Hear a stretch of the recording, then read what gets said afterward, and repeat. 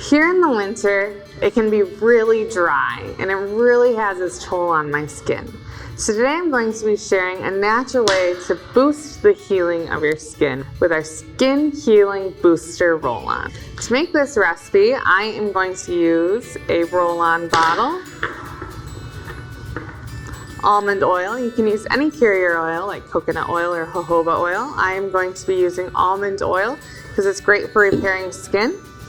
And I'm going to be using Farewell Scars to help reduce the appearance of scars, and Myrrh to help give the skin an extra boost to heal. So to my roll-on bottle, I'm going to add 3 drops of each.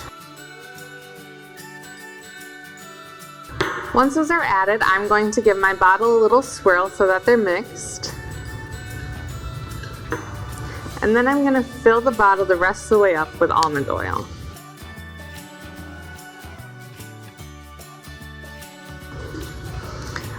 I'll put my cap back on and label it, and then it's ready to go. Apply it to any damaged or chapped skin to help reduce the appearance of the sore and help it heal. To get everything you need for this recipe and more, subscribe to our January recipe box, where we're making our skin healthy naturally.